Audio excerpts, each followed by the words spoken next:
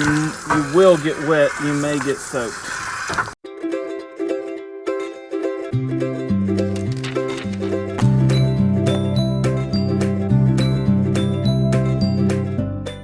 All right, well, it's that time. It's supposed to be 22 degrees here tomorrow. So as much as it pains me, we're gonna have to winterize the RV for the winter. We don't have any trips planned. The one trip that we wanted to do, we can't. So it's time to winterize this until February or so. So the main thing that you want to think about in winterizing your RV, whether it be a Class A or Class B or Class C, is you're just thinking water. So the first thing you can do, make sure that your gray tank and your black tank are empty. Once that's the case, the first thing that I do, although it may be a little bit counterintuitive, but I take a gallon of RV Antifreeze and I pour it down every drain in the rig. So in both sides of the sink, in the sink in the bathroom, down the shower drain. Don't forget, pour some in the tub of the washer and dryer and run a spin cycle so you get some RV antifreeze in that drain, especially in that P-trap. And then also pour the rest of it, be about 1/4 of a gallon, pour that down your black tank. And that way you don't want that thing to freeze and bust. That would be a no-no. The next thing you want to do is to drain the pressurized water lines in your RV. In this particular discovery, we have our main freshwater tank, and so what we're going to do is go down underneath the rig right now, and we're going to pull that handle and let that drain. Then we're also going to drain the low point drains, and then we're going to drain the water heater. So I'll walk you through that. If you have a 1999 37V Discovery, this will walk you through exactly what to do. Okay, so right now we're on the passenger side of the RV, and there's the front door. And then I want you to look down here. There's that front storage bay, and then there's storage bay 1, storage bay 2, and storage bay 3. And 3 is right in front of the rear wheels. So that's what I call them anyway, because that's 3, 2, 1, and then the utility bay is up there. That's where I put all my tools.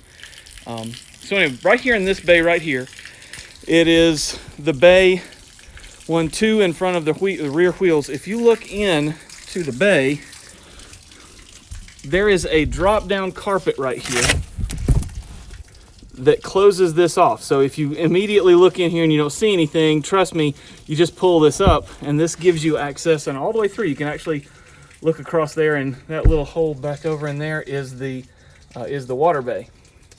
But your freshwater tank is right here, and it's actually 2 different tanks. There's one, and then there's the second one up there, and it's connected by that hose that you see on the bottom down there. And then that valve right there, that valve with the yellow handle, is the freshwater drain. So what I do is I come out here, and I know it's vented, but I still like to open this hatch and open up the vent right here. I open that vent so the air can go through there. I open up that valve, and as you can see, water is just draining out of that tank. What I want to do is make sure that that tank is completely empty. So I'm just going to leave that open and let it drain. Now the next thing we're going to do is we'll walk over here to the water bay. And now we're on the driver's side, and we're going to come back here to the water bay. And in the water bay right here, you'll see these 2 valves at the bottom right here. And so those 2 valves right there, and those are the low point drains for the water. So what you can do is, typically these valves are in the locked position, but when you're draining the water out of your system, you're going to drop both of those, and actually the water will drain out in here into this bay. So that's step number 2, I guess, in the draining water thing. And now what we're going to do is go over and actually drain the water out of the out of the water heater. And the water heater is back here in this bay right here. So what we're going to have to do is open this bay up, and we'll turn on the bypass. So we'll do that right now.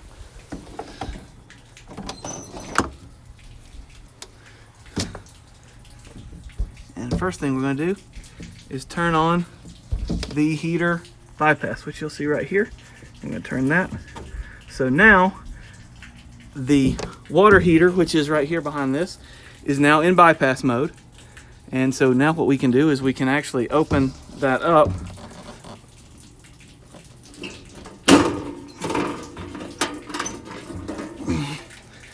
And we have access to our water heater.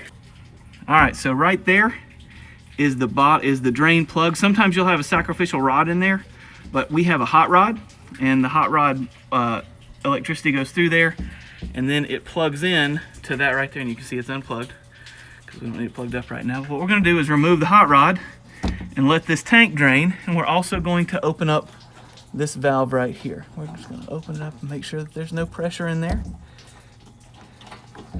And the pressure is relieved. You can see that the pressure is open here and there's nothing draining out. So now what we'll do is remove that hot rod, and then we'll also dog that pressure relief valve open so this thing can just drain away.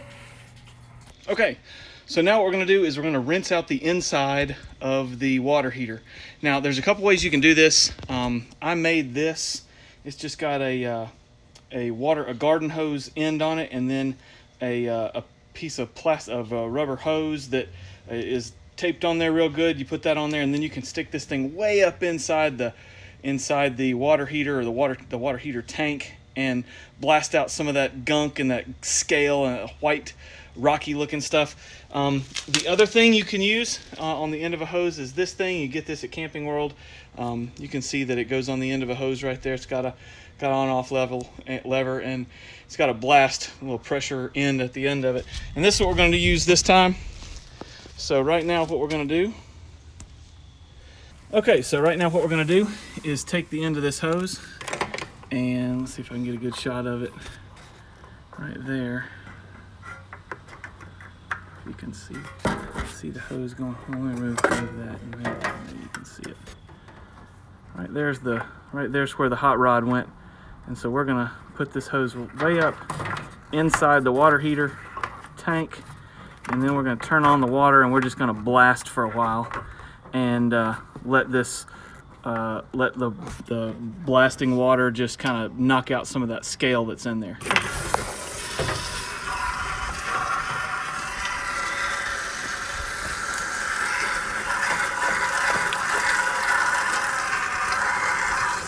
This is like going to SeaWorld. You will get wet, you may get soaked. I'm just gonna kind of run this in and out. You'll see that I'm poking water everywhere I can up in there to knock around some of the scale stuff, and then as I pull it out, you can see that you can see the white scaly stuff that comes out, and that's what's building up on the inside of the tank. A lot of times, if you haven't done this in a while, you'll see it all start to build up right here. So right now we'll let that drain, and then we'll do it some more.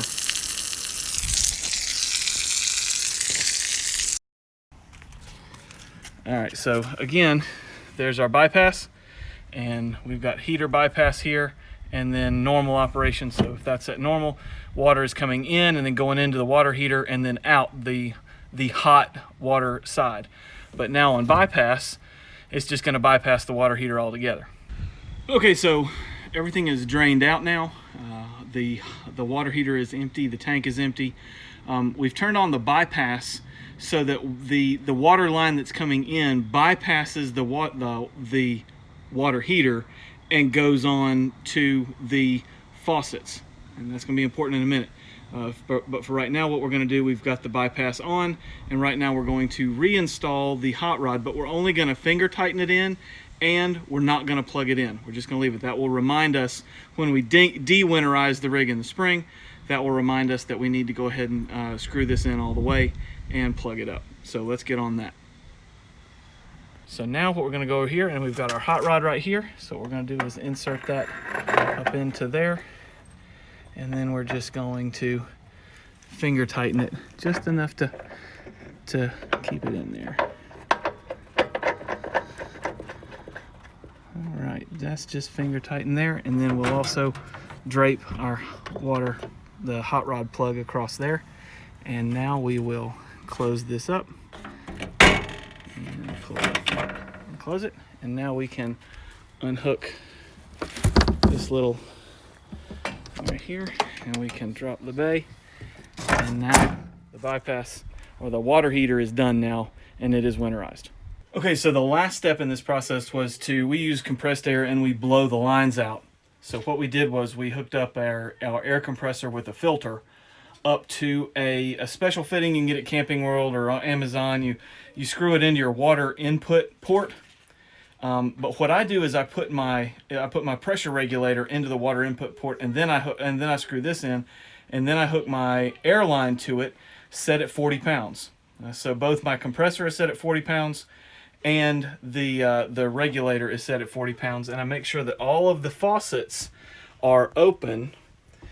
So this faucet is open, the faucet in the bathroom is open, the faucet in the shower is open, and so then air starts getting pushed through the system from the compressor and it blows air out. So what I do then is I make sure that all the faucets are open, and then I'll make sure that one is open and I'll shut the other ones off while I'm in here. It's kind of a one-person job. So I'll run it where it's at cold and it'll spit and spurt and all the water will get blown out, and then I'll switch it over to hot and it'll spit and spurt, and I'll leave that on, and I'll go to the bathroom sink and I'll turn both sides on. I'll come back to here and turn this off, and it'll start spitting and doing everything in the bathroom sink. I do the same thing there. I do the same thing in the shower. I keep air compressor going and turn on the washer to kick it and take some pressure off of those lines, and then I flush the toilet and let some air come through out of the toilet. So that way all of the water lines that are pressurized now have all been blown out. And so now I know that all of the water inside the system going to faucets is no longer in a pressurized line, and if it were to freeze, would freeze and crack anything. It has room to expand and move around. So now what we've got to do is to put everything back up, and we are done winterizing, with the exception of just a few other little things that we do personally, like get the towels out and the bedding out and that kind of stuff. So anyway, I hope this helped you. If you have any questions, comment below. And listen, get out there, RV with your family, but make it to church on Sunday.